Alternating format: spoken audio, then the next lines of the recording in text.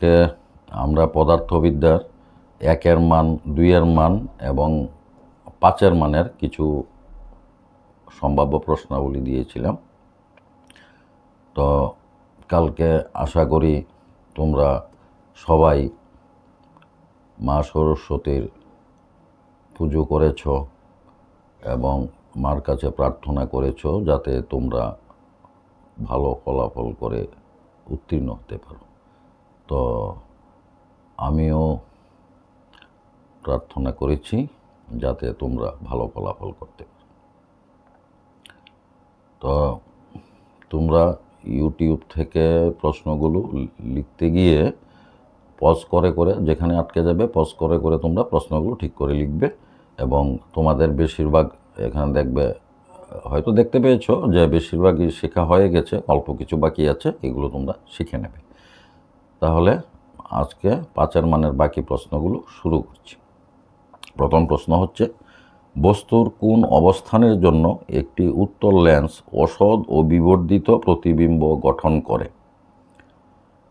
প্রতিবিম্ব গঠনের রশ্মিচিত্র অঙ্কন করো এবং উত্তল লেন্সের একটি ব্যবহার লিখো। এরপরের প্রশ্ন, 4 মিটার ফোকাস দৈর্ঘ্যের উত্তল লেন্সের ক্ষমতা কত? এরপরের প্রশ্ন, উত্তল দর্পণে গঠিত প্রতিবিম্বের আকৃতি ও প্রকৃতি সম্পর্কে লিখো।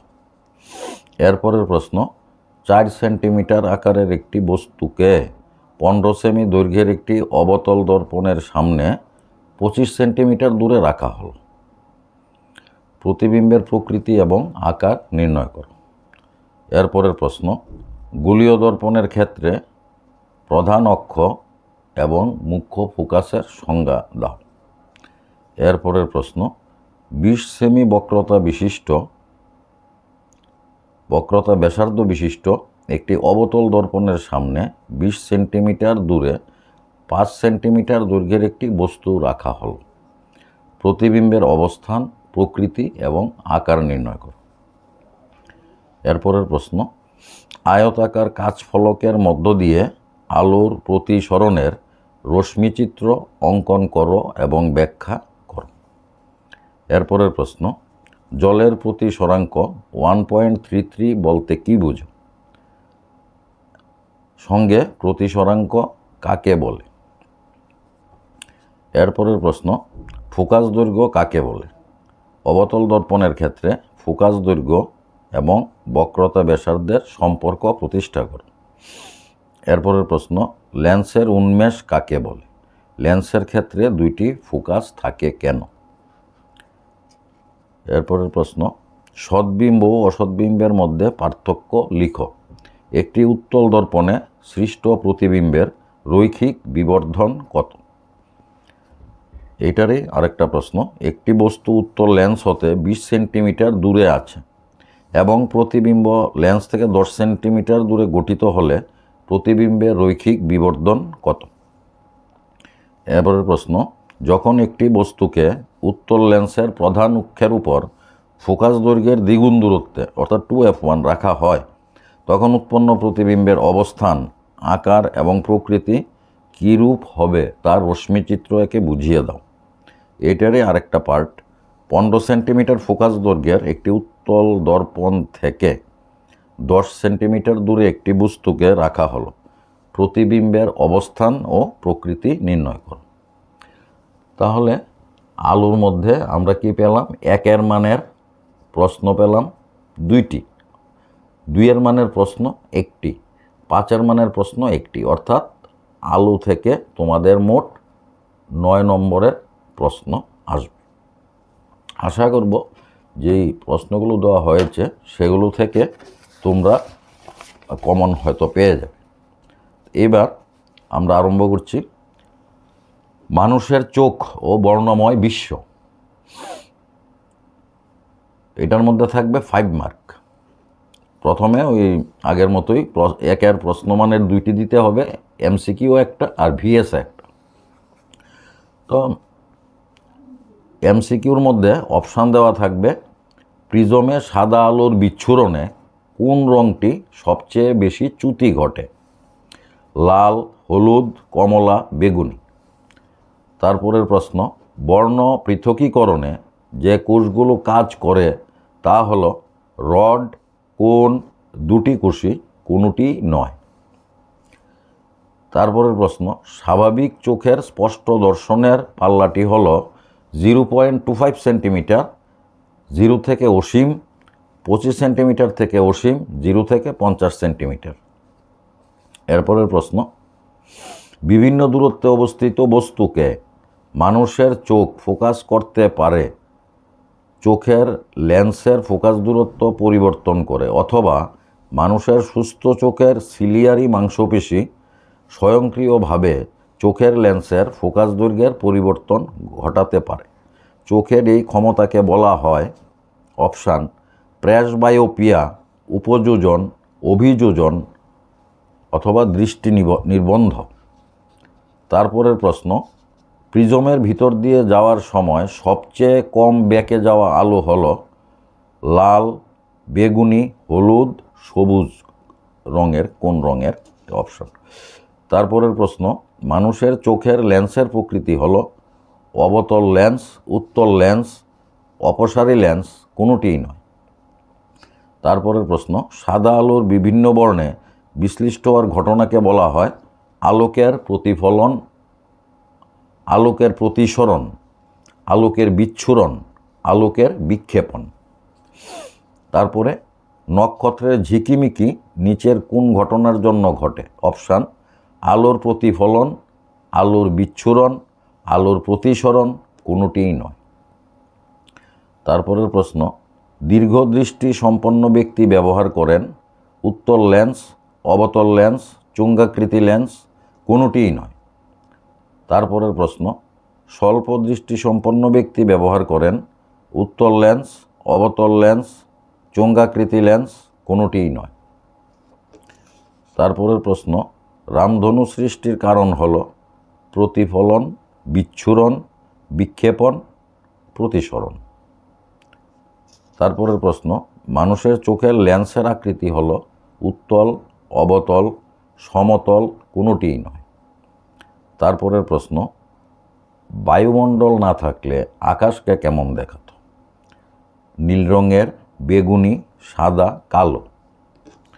তারপরের প্রশ্ন, সূর্যোদয়ের সময় সূর্যের রং লাল হওয়ার কারণ লাল রঙের বিক্ষেপণ সবচেয়ে বেশি, নীল রঙের বিক্ষেপণ সবচেয়ে বেশি, নীল রঙের বিক্ষেপণ সবচেয়ে কম, অথবা কোনোটি নয়।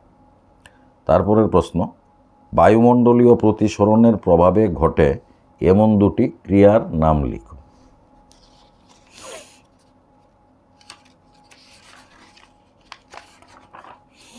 তারপরের প্রশ্ন,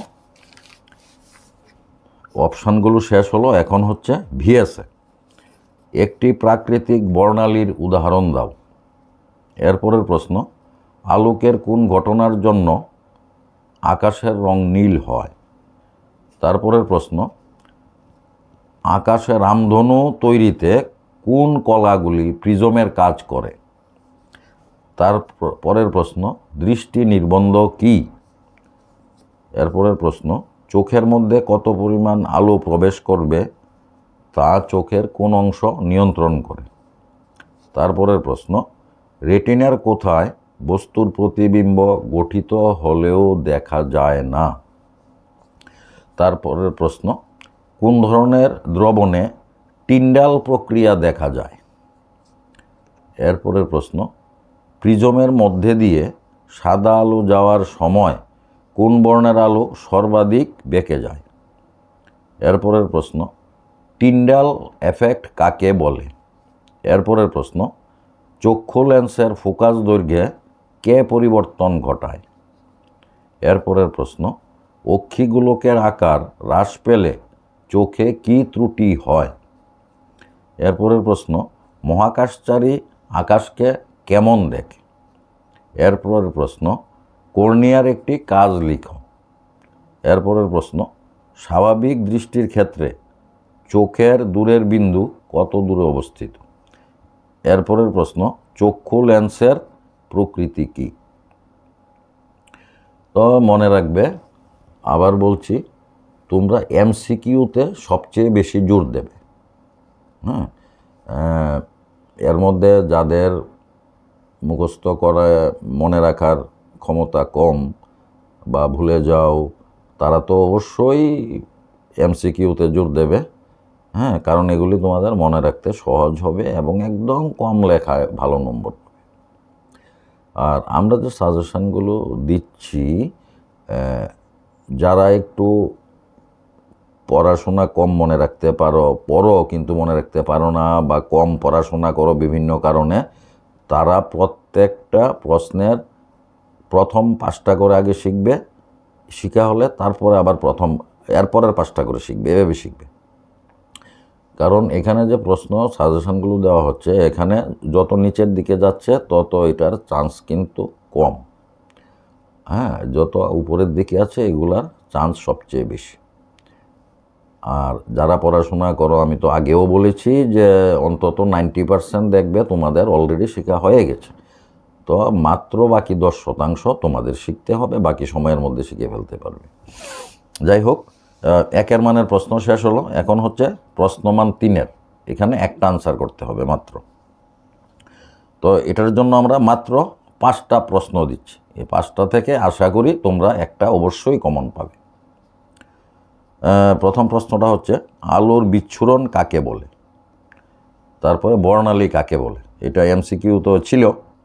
হ্যাঁ, তো আসলে ব্যাপার কি, দেখো, প্রশ্নমান 3 তো বলা হয়েছে, এটা আবার 1+2 হিসাবে আসতে পারে, 2+1 হিসাবে আসতে পারে, 3 হিসাবে আসতে পারে, অর্থাৎ ঘুরিয়ে ফিরে অনেক জায়গাতে কিন্তু আবার এমসিকিউ আসছে। তারপরে এটারই আরেকটা পার্ট, কাচের প্রিজমের দ্বারা আলোর বিচ্ছুরণের রশ্মিচিত্র অঙ্কন করে ব্যাখ্যা করো।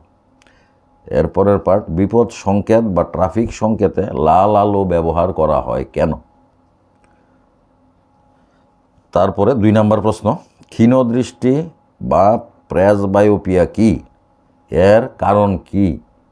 কিভাবে এর প্রতিকার করা যায়?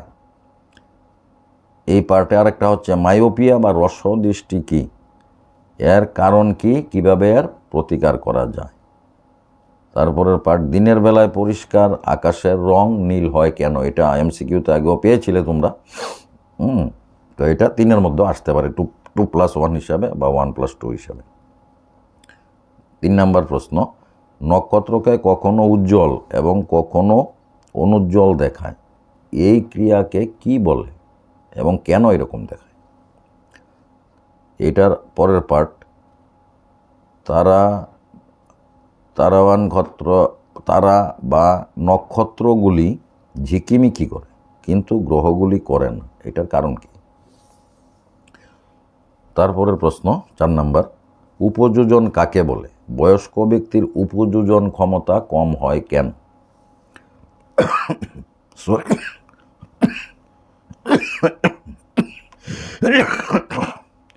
সরি, এটারই আরেকটা পার্ট, সূর্যোদয় ও সূর্যাস্তের সময় আকাশের রং লাল হয় কেন? হ্যাঁ, এটা আমরা সূর্যোদয়টা একটু আগে আমরা এমসিকিউতে পেয়েছিলাম। হ্যাঁ, তারপরে হচ্ছে এটার প্রশ্নমান 3-এর শেষ প্রশ্ন, রামধনু কি? আলোর বিক্ষেপণ কি? বিচ্যুতিকোণ কাকে বলে? এরপরে এটারই পার্ট, কাচের প্রিজমের মধ্য দিয়ে আলোর পথ অঙ্কন করুন। এর থেকে আপতন কোণ, প্রিজমের কোণ, বিচ্যুতি কোণ এবং নির্গমন কোণ চিহ্নিত করুন। তাহলে 2টা অধ্যায় শেষ হলো। এখন আসছি আমরা ইলেকট্রিসিটি বা তড়িৎ। এটার মধ্যে থাকবে মাত্র 5 নম্বর। হ্যাঁ, তো এটার মধ্যে 1-এর মানের একটি আনসার করতে হবে আর 4-এর মানের একটি আনসার করতে হবে। তো 1-এর মানের প্রশ্নগুলো আগে বলছি, এগুলো লিখে নাও। তড়িৎ বিভবের এসআই একক কি? এরপরে প্রশ্ন, প্রতিটি 5 ওহম রোধের 5টি রোধককে যুক্ত করে ন্যূনতম রোধ কত হবে? এরপরের প্রশ্ন, 2 ওহম মানের 2টি রোধককে সমান্তরাল সমবায়ে যুক্ত করলে তুল্য রোধ কত হবে? এরপরের প্রশ্ন, ওয়াট ঘন্টা তড়িতের কোন ভৌত রাশির একক? এরপরের প্রশ্ন, তড়িৎ বর্তনীতে অ্যামমিটার কোন সমবায়ে যুক্ত থাকে? এরপরের প্রশ্ন, তড়িৎ বর্তনীতে বিভব প্রভেদ পরিমাপের জন্য কোন যন্ত্র ব্যবহার করা হয়? এরপরের প্রশ্ন, রোধের এককটি লেখো। এরপরের প্রশ্ন, ভোল্টমিটার কি কাজে ব্যবহার করা হয়? এরপরের প্রশ্ন, KWH কিসের একক? এরপরের প্রশ্ন, ইলেকট্রিক ফিউজ তারের উপাদান কি? এরপরের প্রশ্ন, নাইক্রোমের উপাদান ধাতুগুলো কি কি? এরপরের প্রশ্ন, তড়িৎ প্রবাহমাত্রার SI একক কি? এরপরের প্রশ্ন, বিওটি এর সম্পূর্ণ নাম লিখো। এরপরের প্রশ্ন, তড়িৎ প্রবাহ উৎপাদন করার যন্ত্রটির নাম লিখো। এরপরের প্রশ্ন, তড়িৎ আধান ও প্রবাহমাত্রার গাণিতিক সম্পর্কটি লিখো। এরপরের প্রশ্ন, কোন যন্ত্রের সাহায্যে বর্তনীতে তড়িৎ প্রবাহ মাপা হয়? একের মানের শেষ প্রশ্ন, বৈদ্যুতিক ক্ষমতার SI একক কি? এবার হচ্ছে প্রশ্নমান 4, যেখান থেকে তোমাকে মাত্র একটা আনসার করতে হবে। প্রথমটা, ওহমের সূত্রটি লিখো। এই সূত্র থেকে রোধের সংজ্ঞা দাও। এটার পার্ট, কোনো নির্দিষ্ট পরিবাহীর রোধ, পরিবাহীর দৈর্ঘ্য, তার প্রস্থচ্ছেদ এবং পরিবাহীর উপাদানের উপর কিভাবে নির্ভরশীল ব্যাখ্যা কর। এইটারই পার্ট, 5 ওহম, 10 ওহম এবং 30 ওহম রোধ বিশিষ্ট 3টি রোধক সমান্তরাল সমবায়ে যুক্ত আছে। তুল্য রোধের মান নির্ণয় করো। 2 নম্বর প্রশ্ন, তড়িৎ প্রবাহের তাপীয় ফল সংক্রান্ত জুলের সূত্রগুলি লিখো। তারপর জুলের সূত্রের গাণিতিক রূপটি লিখো।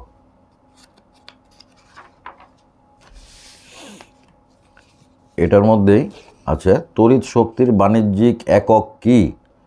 একটি ইলেকট্রিক মোটর 220 ভোল্ট উৎস থেকে 0.5 অ্যাম্পিয়ার তড়িৎ প্রবাহ গঠন করে। মোটরটির ক্ষমতা এবং এটি 2 ঘন্টায় কত তড়িৎ শক্তি খরচ করে নির্ণয় করো। এটার পার্টেই আছে, তড়িৎ প্রবাহের তাপীয় ফলের নীতিতে তৈরি 2টি বৈদ্যুতিক যন্ত্রের নাম লিখো। তারপরে 3 নম্বর প্রশ্ন, রোধাঙ্ক বা আপেক্ষিক রোধ কাকে বলে? ইহা কি কি বিষয়ের উপর নির্ভরশীল এবং কিভাবে নির্ভরশীল? তারপরে এটার পার্ট, তাপমাত্রা অপরিবর্তিত রেখে একটি তামার তারের দৈর্ঘ্য দ্বিগুণ করা হলে রোধাঙ্কের কী ধরনের পরিবর্তন হবে? তারপরে এটার পার্ট, 2টি পরিবাহী রোধ সমান, প্রথমটির প্রবাহ মাত্রা দ্বিতীয়টির 3 গুণ, এদের 2 প্রান্তের বিভব প্রভেদের অনুপাত নির্ণয় করো।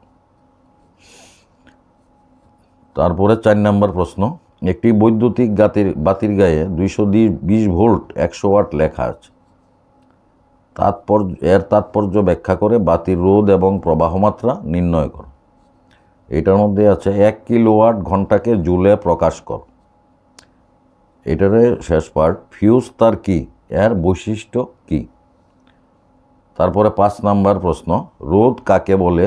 3টি রোধ সমান্তরাল সমবায়ে যুক্ত থাকলে তাদের তুল্য রোধ নির্ণয় করো। এরপরের পার্ট, 3টি রোধ শ্রেণী সমবায়ে যুক্ত থাকলে তাদের তুল্য রোধ নির্ণয় করো। এরপরে তামার রোধাঙ্ক 1.78 × 10⁻⁻6 ওহম সেন্টিমিটার অথবা তো এর মধ্যে তোমার যে 1.62 × 10⁸ ওহম মিটার কথাটির অর্থ কি? ঠিক আছে, 1.78 10⁶ বা 1.6 এটার অর্থটা কি? শেষ প্রশ্ন হচ্ছে, 220 ভোল্ট 100 ওয়াট এবং 220 ভোল্ট 60 ওয়াট বাতি দুটির মধ্যে কোনটি বেশি উজ্জ্বলতায় জ্বলবে এবং কেন জ্বলবে? তারপরে তড়িৎচালক বল এবং বিভব প্রভেদের মধ্যে পার্থক্য লিখো। এরপরের প্রশ্ন হচ্ছে, অ্যামমিটারের রোধ খুব কম এবং ভোল্টমিটারের রোধ খুব বেশি হওয়া প্রয়োজন কেন?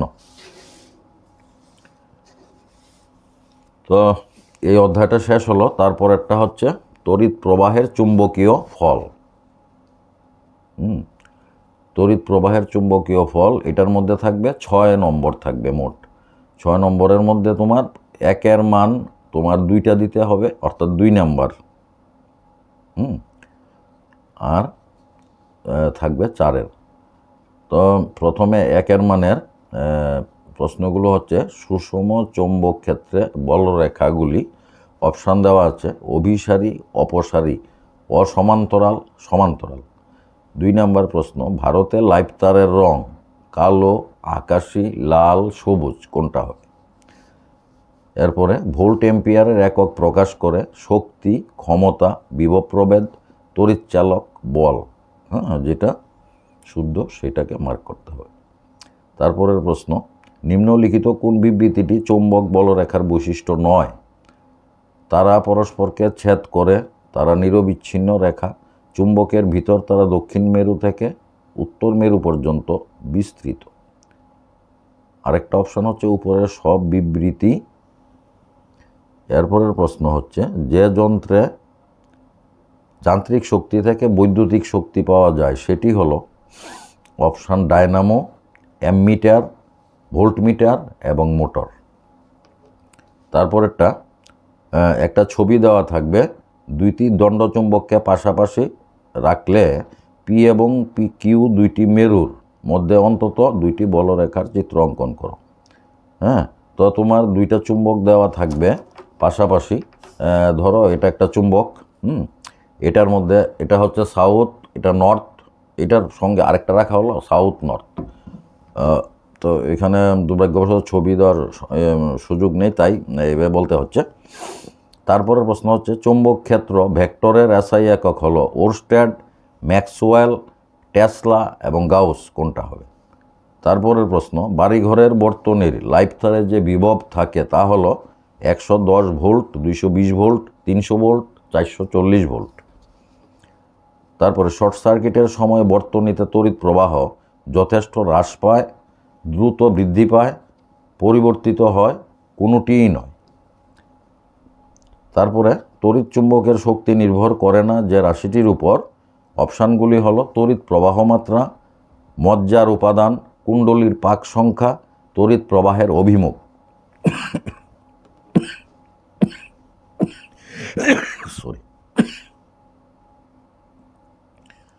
এরপরে নিচের যে আবরক দিয়ে কোনো যন্ত্রকে বাইরের চৌম্বক ক্ষেত্রের প্রভাব থেকে মুক্ত রাখা হয় তা হলো রাবার আবরক, কাচের আবরক, লোহার আবরক, কাপড়ের আবরক। এরপরের প্রশ্ন, একটি দীর্ঘ তড়িৎবাহী সলিনয়েডের অভ্যন্তরে চৌম্বক ক্ষেত্রের মান হবে 0, প্রান্তের অভিমুখে ক্রমশ কমতে থাকবে, প্রান্তের অভিমুখে ক্রমশ বাড়তে থাকবে। আরেকটা অপশান হচ্ছে সব জায়গায় মান সমান থাকবে। এরপরের প্রশ্ন, তড়িৎ চুম্বকীয় আবেশের ঘটনাটি হলো কোনো বস্তুকে আহিত করার পদ্ধতি। এরপরে কুণ্ডলী ও চুম্বকের আপেক্ষিক গতির কারণে কুণ্ডলীতে আবিষ্ট তড়িৎ প্রবাহ সৃষ্টি করার পদ্ধতি, কুণ্ডলীতে তড়িৎ প্রবাহের কারণে চৌম্বক ক্ষেত্র সৃষ্টি করার পদ্ধতি। শেষ অপশান ইলেকট্রিক মোটরের কুণ্ডলীর ঘূর্ণন সৃষ্টি করার পদ্ধতি। তাই অপশানগুলোর মধ্যে যেটা শুদ্ধ সেটা তোমাকে লিখতে হবে। তারপরে প্রশ্ন হচ্ছে, একটি দীর্ঘ ঋজু তড়িৎবাহী সলিনয়েডের অভ্যন্তরে চৌম্বক ক্ষেত্র 0, প্রান্তের দিকে গেলে কমে যাবে, প্রান্তের দিকে গেলে বেড়ে যাবে, অথবা সব বিন্দুতে একই থাকবে। এরপরের প্রশ্ন, চৌম্বক ক্ষেত্রে রাখা একটি তড়িৎবাহী পরিবাহীর উপর প্রযুক্ত বল যে বিষয়ের উপর নির্ভর করে তা হলো প্রবাহের অভিমুখ, চৌম্বক ক্ষেত্রের অভিমুখ, অথবা আরেকটা অপশান হচ্ছে দুইটাই, উভয়ের উপর। আরেকটা অপশান হচ্ছে কোনোটাই নয়। এরপরের প্রশ্ন, ইলেকট্রিক মোটর এবং ইলেকট্রিক জেনারেটরের মধ্যে একটি পার্থক্য লিখো। এরপরের প্রশ্ন, বৈদ্যুতিক মোটরে কোন শক্তি কোন শক্তিতে রূপান্তরিত হয়? এর প্রশ্ন, গৃহস্থালী তড়িৎ বর্তনীতে তড়িৎ যন্ত্রগুলি কোন সমবায়ে যুক্ত থাকে? এরপরের প্রশ্ন, বৈদ্যুতিক মোটর কোন নীতির উপর কাজ করে? তারপরের প্রশ্ন, সলিনয়েড কি? এরপরের প্রশ্ন, একটা ছবি দেওয়া থাকবে, ওই আগে যেটা বলেছিলাম যে সাউথ নর্থ, এটার মধ্যে তোমার এইভাবে তার চিত্রে এমন একটা ছবি থাকবে, প্রদর্শিত দণ্ডচুম্বকের বলরেখাগুলি অভিমুখ নির্দেশ কর। তারপরের প্রশ্ন, চৌম্বক ক্ষেত্র রেখা কি? এরপরের প্রশ্ন, ডায়নামো নিয়ম কোনটিকে বলে? তারপরের প্রশ্ন, আমাদের বাড়ি ঘরে কত এজেড কম্পাঙ্কের পরিবর্তী তড়িৎ শক্তি সরবরাহিত হয়? এরপরের প্রশ্ন, তড়িৎ প্রবাহের চুম্বকীয় ফল কোন বিজ্ঞানী সর্বপ্রথম আবিষ্কার করেন? এরপরের প্রশ্ন, শর্ট সার্কিট কি? এরপরের প্রশ্ন, একটি বৈদ্যুতিক মোটরের কুণ্ডলীর মজ্জাটি কোন পদার্থ দিয়ে তৈরি হয়? এরপরের প্রশ্ন, বৈদ্যুতিক শক্তি কেন্দ্রে কোন ধরনের জেনারেটর ব্যবহার করা হয়? এরপরের প্রশ্ন, এমন একটি যন্ত্রের নাম করো যা তড়িৎ প্রবাহের উপর চুম্বকের ক্রিয়ানীতির উপর কাজ করে। শেষ প্রশ্ন, চুম্বকের কোন ধর্ম কাজে লাগিয়ে কম্পাস তৈরি হয়েছিল? তারপরে হচ্ছে প্রশ্নমান 4, যেটা আমি বলেছিলাম, এখান থেকে একটা আনসার করতে হবে। তো আমরা মোট 4টা প্রশ্ন দিচ্ছি। হ্যাঁ, একটা আনসার করতে হবে, 4টা প্রশ্ন দিচ্ছি। তো এগুলোর মধ্যে ক খ গ থাকবে। প্রথম প্রশ্ন, চৌম্বক বলরেখার 2টি বৈশিষ্ট্য বা ধর্ম লিখো। চৌম্বক বলরেখা কি? সুষম চৌম্বক ক্ষেত্র কাকে বলে? এর বলরেখার চিত্র অঙ্কন করো। বাড়িঘরে এসি নাকি ডিসি চালু থাকে? হ্যাঁ, কেন? তারপরে 2 নম্বর প্রশ্ন, বৈদ্যুতিক মোটর এবং জেনারেটরের মধ্যে পার্থক্যগুলি লিখো। এটা সম্ভবত আমরা আগেও বলেছিলাম। তারপরে এটার পার্ট, তড়িৎ বর্তনীতে ফিউজ তার সংযোগের প্রয়োজনীয়তা কি? তারপরে পার্ট, বৈদ্যুতিক বর্তনীতে ওভারলোডিং বলতে কি বুঝো? 3 নম্বর প্রশ্ন, চৌম্বক ক্ষেত্র কাকে বলে? একটি কম্পাস শলাকাকে দণ্ড চুম্বকের কাছে আনলে চুম্বক শলাকার বিক্ষেপ হয় কেন?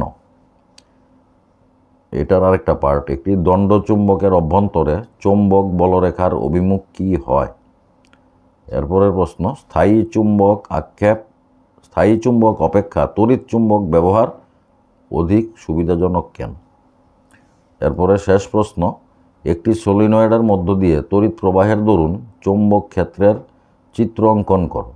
চৌম্বক ক্ষেত্রের প্রকৃতি ব্যাখ্যা করো। ফ্লেমিংয়ের বাম হস্ত নিয়মটি লিখো। তড়িৎ চৌম্বকীয় আবেশ সংক্রান্ত ফ্যারাডের সূত্রগুলি কি? বৈদ্যুতিক যন্ত্রপাতিকে আর্থিংয়ের প্রয়োজনীয়তা কি?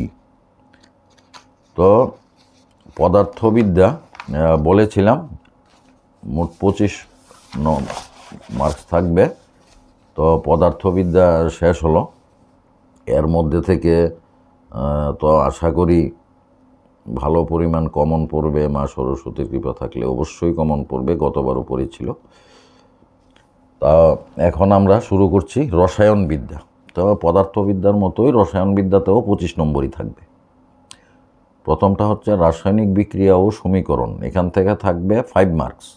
হ্যাঁ, প্রশ্ন মানে 2টা আনসার করতে হবে, এমসিকিউ একটা, ভিএস একটা। তো এখানে তো তোমার বিক্রিয়াগুলো মুখে তো ঠিকভাবে বলা যাবে না ঠিকভাবে। তোমরা যারা পড়াশোনা করেছো ঠিক বুঝতে পারবে। CaCO3 এরো চিহ্ন দিয়ে CaO প্লাস CO2। হ্যাঁ, এই বিক্রিয়াটি হলো অপশান সংযোজন বিক্রিয়া, বিয়োজন বিক্রিয়া, প্রতিস্থাপন বিক্রিয়া অথবা দ্বিপ্রতিস্থাপন বিক্রিয়া। কোন অপশানটা ঠিক হবে? তারপরেরটা 2AgCl সূর্যালোকের মাধ্যমে 2Ag প্লাস Cl2। এই বিক্রিয়াটি হলো জারণ বিজারণ বিক্রিয়া, সংযোজন বিক্রিয়া, বিয়োজন বিক্রিয়া বা প্রতিস্থাপন বিক্রিয়া। নিচের কোনটি রাসায়নিক পরিবর্তন নয়? লোহায় মরিচা পড়া, শ্বসন, মোমের গলন, মোমের জ্বলন। এরপরের প্রশ্ন, নিচের বিক্রিয়া সম্পর্কিত কোন বিবৃতিটি সঠিক নয়? 2PbO ব্র্যাকেটে S প্লাস C ব্র্যাকেটে S এরো চিহ্ন দিয়ে 2PbS প্লাস CO2G। তারপরে হচ্ছে লেড বিজারিত হয়েছে, CO2 জারিত হয়েছে, কার্বন জারিত হয়েছে, লেড অক্সাইড বিজারিত হয়েছে। তো এর মধ্যে অপশানগুলো হচ্ছে 1 এবং 2, এরপরেরটা হচ্ছে 1 এবং 3, 1, 2 এবং 3, এরপরে উপরের সবগুলি। যে অপশানটা শুদ্ধ এটা লিখতে হবে। তারপর হচ্ছে মার্বেলের রাসায়নিক সংকেত হলো Al2CO3 3। MgCO3, K2CO3, CaCO3। তারপরে প্রাকৃতিক গ্যাসের দহন বিক্রিয়ায় উৎপন্ন গ্যাসটি হলো hydrogen, carbon dioxide, sulphur dioxide, hydrogen sulphide. Iron চূর্ণের মধ্যে লঘু HCl যোগ করলে কি ঘটে? হাইড্রোজেন গ্যাস এবং আয়রন ক্লোরাইড উৎপন্ন হয়। এরপরের অপশান ক্লোরিন গ্যাস এবং আয়রন হাইড্রোক্সাইড উৎপন্ন হয়, কোনো বিক্রিয়া হয় না। লাস্ট অপশান আয়রনের লবণ এবং জল উৎপন্ন হয়। এরপরের প্রশ্ন, সূর্যালোকের উপস্থিতিতে সিলভার ক্লোরাইডের সাদা বর্ণ পরিবর্তিত হয়ে ধূসর হয়, হলুদ হয়, লাল হয়, একটিও সঠিক নয়। তারপরের প্রশ্ন, N2 + 3H2 এরো 2NH3 প্লাস তাপ, এই বিক্রিয়াটি হলো তাপ শোষক বিক্রিয়া, সংযোজন বিক্রিয়া, জারণ বিজারণ বিক্রিয়া, একমুখী বিক্রিয়া। হ্যাঁ, তো অপশান দিয়েছে 1 এবং 4, বি হচ্ছে শুধুমাত্র 2, সি হচ্ছে 2 এবং 4, ডি হচ্ছে 2 এবং 3। তো যেটা শুদ্ধ, অপশানটা শুদ্ধ, সেটা তোমাকে লিখতে হবে। তারপরে লাইমস্টোনকে হাইড্রোক্লোরিক অ্যাসিড দ্রবণে যোগ করলে বুদবুদের সৃষ্টি হয়। বুদবুদটি হলো SO2 গ্যাসের, CO2 গ্যাসের, Cl2 গ্যাসের, H2S গ্যাস। এরপরের প্রশ্ন, গলিত NaCl তড়িৎ দিয়ে এরো দিয়ে 2Na + Cl2 কোন ধরনের বিক্রিয়া? Calcium hydrogen carbonate. এরপরের প্রশ্ন, ক্যালসিয়াম হাইড্রোজেন কার্বনেটকে উত্তপ্ত করলে লাইমস্টোন পাওয়া যায়, এটি কোন ধরনের বিক্রিয়া? এরপরের প্রশ্ন, জারণ প্রক্রিয়া রোধ করার জন্য চিপসের প্যাকেটে সাধারণত কোন গ্যাস দ্বারা পূর্ণ করা হয়? এরপরের প্রশ্ন, জিঙ্ক ধাতুকে লঘু H2SO4 যোগ করলে একটি গ্যাস উৎপন্ন হয় যা নীল শিখায় জ্বলে, গ্যাসটির নাম কি? এরপরের প্রশ্ন, একটি অ্যান্টিঅক্সিডেন্ট পদার্থের নাম লিখো। এরপরের প্রশ্ন, মরিচার সংকেত কি? এরপরের প্রশ্ন, লোহার পেরেককে নীল বর্ণের কপার সালফেট দ্রবণে যোগ করলে কি বর্ণের সৃষ্টি হয়? এরপরের প্রশ্ন, একটি ধাতুর নাম লেখো যা ক্ষার থেকে হাইড্রোজেন গ্যাস উৎপন্ন করে। এরপরের প্রশ্ন, রেডক্স বিক্রিয়া বলতে কোন ধরনের বিক্রিয়া বোঝায়? এরপরের প্রশ্ন, লোহায় মরচে পড়া কোন ধরনের রাসায়নিক বিক্রিয়ার উদাহরণ? এরপরে শেষ প্রশ্ন, একটি রাসায়নিক বিক্রিয়া একই চিহ্নটি কি নির্দেশ করে? এবার হচ্ছে প্রশ্নমান 3, একটি আনসার করতে হবে। যে তোমার নিচের বিক্রিয়াগুলি সমতা বিধান করো। তো এটা আমরা 7টা দিয়েছি, আশা করি এর মধ্যে থেকে একটা কমন পড়বে, তোমাদের তো একটা আনসার করতে হবে হয়তো। প্রথমটা হচ্ছে MnO2 + HCl এর দিয়ে MnCl2 + Cl2 + ওয়াটার। তারপরটা Al2O3 + HCl এরও LCl3 + ওয়াটার। এরপরটা NaOH + H2SO4 এরও Na2SO4 + ওয়াটার। তারপর একটা Fe + ওয়াটার এরও Fe3O4 + H2। এরপরে H2S + SO2 এরও S + ওয়াটার। এরপরে PbNO3(2) এরও PbO + NO2 + O2। আসলে এগুলো ব্ল্যাকবোর্ড থাকলে লিখলে তোমাদের জন্য সুবিধা হতো, কিন্তু দুর্ভাগ্যবশত এবার প্রথম শুরু করেছি, তো এবার ততটা হচ্ছে না, সামনের বার আমরা অবশ্যই দেখব। তারপরে হচ্ছে Cu + HNO3 এরও CuNO3(2) + NO2 + ওয়াটার। তারপরের প্রশ্ন হচ্ছে, এটারই একটা পার্ট, অদক্ষেপণ বিক্রিয়া বলতে কি বুঝো, উদাহরণ দাও। তারপরের প্রশ্ন, কারণ দর্শাও বা ব্যাখ্যা করো। বিয়োজন বিক্রিয়া সংযোজন বিক্রিয়ার বিপরীত বিক্রিয়া। লোহার পিন কপার সালফেট দ্রবণে রাখলে দ্রবণের বর্ণ পরিবর্তিত হয়। শ্বসন একটি তাপ উৎপাদক বিক্রিয়া। তারপরে ম্যাগনেসিয়াম ফিতাকে বায়ুতে দহনের পূর্বে পরিষ্কার করা হয়। এটার মধ্যে কী ঘটে সমীকরণ সহ লিখো। ম্যাগনেসিয়াম ফিতাকে বায়ুতে পুরানো হলো, লোহিতপ্ত লোহার উপর দিয়ে জলীয় বাষ্প চালনা করা হলো, লেড নাইট্রেটকে উত্তপ্ত করা হলো, অনার্দ্র ফেরাস সালফেটকে উত্তপ্ত করা হলো, সিলভার ক্লোরাইডকে সূর্যালোকে উন্মুক্ত করে রাখা হলো। তারপরের প্রশ্ন, এটা হচ্ছে শক্ত কঠিন পদার্থ, এরও দিয়ে বি কঠিন পদার্থ + সি হচ্ছে গ্যাস। এটা ঘরের মেঝের মধ্যে ব্যবহার করা হয়। গ্যাস সি চুন জলকে ঘোলা করে এবং প্রচুর পরিমাণে তাপ উৎপন্ন করে। A, B ও সিকে শনাক্ত করো। 2 নাম্বার, জারক দ্রব্য অবিজারক দ্রব্য কাকে বলে, উদাহরণ দাও। তারপরের প্রশ্ন, অম্লীকৃত জলের তড়িৎ বিশ্লেষণে ক্যাথোড এবং অ্যানোডে কোন গ্যাস উৎপন্ন হয়। এরপরে, একটি পদার্থ এক্সের দ্রবণ সাদা রং করার কাজে ব্যবহৃত হয়। এক্স পদার্থের নাম ও সংকেত লিখো। তারপরে, জলের সাথে উল্লিখিত পদার্থটির বিক্রিয়া লিখো। জলের তড়িৎ বিশ্লেষণের সময় সামান্য পরিমাণে অ্যাসিড যোগ করা হয় কেন। আলোক বিয়োজন বিক্রিয়া করে, উদাহরণ দাও। তারপরে শেষ প্রশ্ন, প্রতিস্থাপন ও দ্বিপ্রতিস্থাপন বিক্রিয়ার পার্থক্য লিখো। তারপরে এটার পার্ট, ইলেকট্রনীয় মতবাদ অনুসারে জারণ ও বিজারণের সংজ্ঞা দাও। শেষ প্রশ্ন, এটা ধাতুর অপক্ষয় রোধ করার 2টি পদ্ধতি লিখো। অপক্ষয় হয় না এমন 2টি ধাতুর নাম লিখো। তারপর আসছি অম্ল, ক্ষার, ক্ষারক ও লবণ। এটা থাকবে 6 নম্বর মোট। তো প্রশ্নমান 2-এর থাকবে একটি, একটা আনসার করতে হবে 2 নম্বরের। তো এটা 2 নম্বরও হতে পারে, 1+1ও হতে পারে, যাই হোক। প্রথমটা হচ্ছে প্রশমন বিক্রিয়া কাকে বলে, উদাহরণ দাও। তারপরে সার্বজনীন বিনির্দেশক কাকে বলে, একটি নির্দেশকের নাম লিখো। যা অ্যাসিড দ্রবণে বর্ণহীন, ঘ্রাণ নির্দেশক কাকে বলে, উদাহরণ দাও। এরপরের প্রশ্ন, বদহজমে অ্যান্টাসিড ব্যবহৃত হয় কেন। পানীয় জলে ব্লিচিং পাউডার যোগ করা হয় কেন।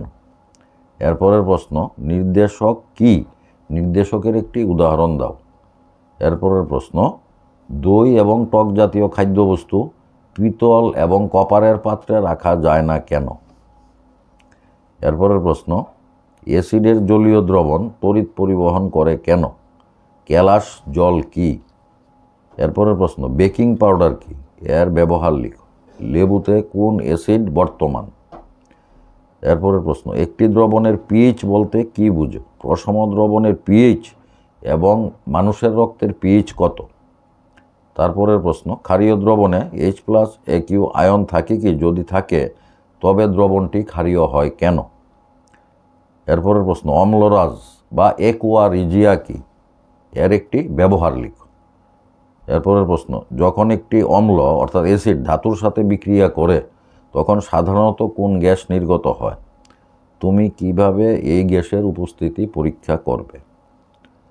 তো 6-এর মধ্যে 2 নম্বরের এই কয়েকটা প্রশ্ন দিলাম, অল্প কয়েকটা। এখন হচ্ছে 4-এর মানেরও একদম কম সংখ্যক প্রশ্ন দেওয়া আছে। প্রথম প্রশ্নটা হচ্ছে, প্লাস্টার অফ প্যারিস প্রস্তুতির নীতি সমীকরণ সহ লিখো। এটার পার্ট, প্লাস্টার অফ প্যারিসকে আর্দ্রতা মুক্ত পাত্রে রাখা হয় কেন। তোমার কাছে এ এবং বি 2টি দ্রবণ আছে। এ দ্রবণটির পিএইচ হলো 6 এবং বি দ্রবণটির পিএইচ হলো 8। কোন দ্রবণটির মধ্যে হাইড্রোজেন আয়নের গাঢ়ত্ব সর্বাধিক। এদের মধ্যে কোন দ্রবণটি আম্লিক এবং কোনটি ক্ষারীয়। প্লাস্টার অফ প্যারিসের সংকেতটি লিখো এবং 2টি গুরুত্বপূর্ণ ব্যবহার লিখো। প্লাস্টার অফ প্যারিস এবং জলের মধ্যে সংঘটিত রাসায়নিক বিক্রিয়াটি লিখো। 2 নম্বর প্রশ্ন, পাতিত জল তড়িৎ পরিবহন করে না কিন্তু বৃষ্টির জল তড়িৎ পরিবহন করে কেন। তারপরে খাবার সোডার রাসায়নিক নাম ও সংকেত লিখো, এর একটি ব্যবহার লিখো। শুষ্ক HCl গ্যাস শুষ্ক লিটমাস কাগজের বর্ণের পরিবর্তন করতে পারে না কেন। এটারই শেষ প্রশ্ন, ব্রাইন কি।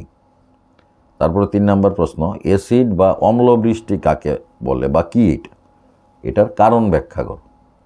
চুন জলের মধ্যে কার্বন ডাইঅক্সাইড গ্যাস চালনা করলে কি ঘটে, সমীকরণ সহ লিখো। তারপরে সকল ক্ষার ক্ষারক কিন্তু সকল ক্ষারক ক্ষার নয়, ব্যাখ্যা করো। তারপরে পিএইচের পরিবর্তনের কারণে দাঁতের ক্ষয় হয় কেন। 4 নম্বর এবং শেষ প্রশ্ন এই চ্যাপ্টারের, সাধারণ লবণ থেকে প্রস্তুত করা যায় এমন 3টি রাসায়নিক দ্রব্যের নাম এবং সংকেত লিখো। এটার পরের পার্ট, এ বি এবং সি 3টি দ্রবণের পিএইচ যথাক্রমে 2, 6 এবং 9। নিচের প্রশ্নগুলির উত্তর দাও।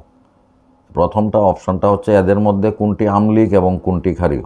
এরপরের প্রশ্ন হচ্ছে, এদের মধ্যে কোনটি তীব্র অ্যাসিড এরপরের প্রশ্ন, এ দ্রবণটির পিএইচের মান কিভাবে বৃদ্ধি করা যায়? তারপরের প্রশ্ন, একজন দুধওয়ালা বিশুদ্ধ দুধের সাথে সামান্য পরিমাণ খাবার সোডা যোগ করেন। কেন তিনি বিশুদ্ধ দুধের পিএইচ 6 থেকে পরিবর্তন করে সামান্য ক্ষারীয় করেন? বি, কেন এই দুধ দুয়ে জমা হতে অধিক সময় নেয়? তারপরের প্রশ্ন, সার্বজনীন নির্দেশক দ্বারা পরীক্ষা করে দেখা গেল 4টি দ্রবণ ABCD এর পিএইচ যথাক্রমে 4, 1, 11, 7। কোন দ্রবণটি প্রশম, তীব্র ক্ষারীয়, তীব্র আম্লিক বা মৃদু আম্লিক? নমস্কার।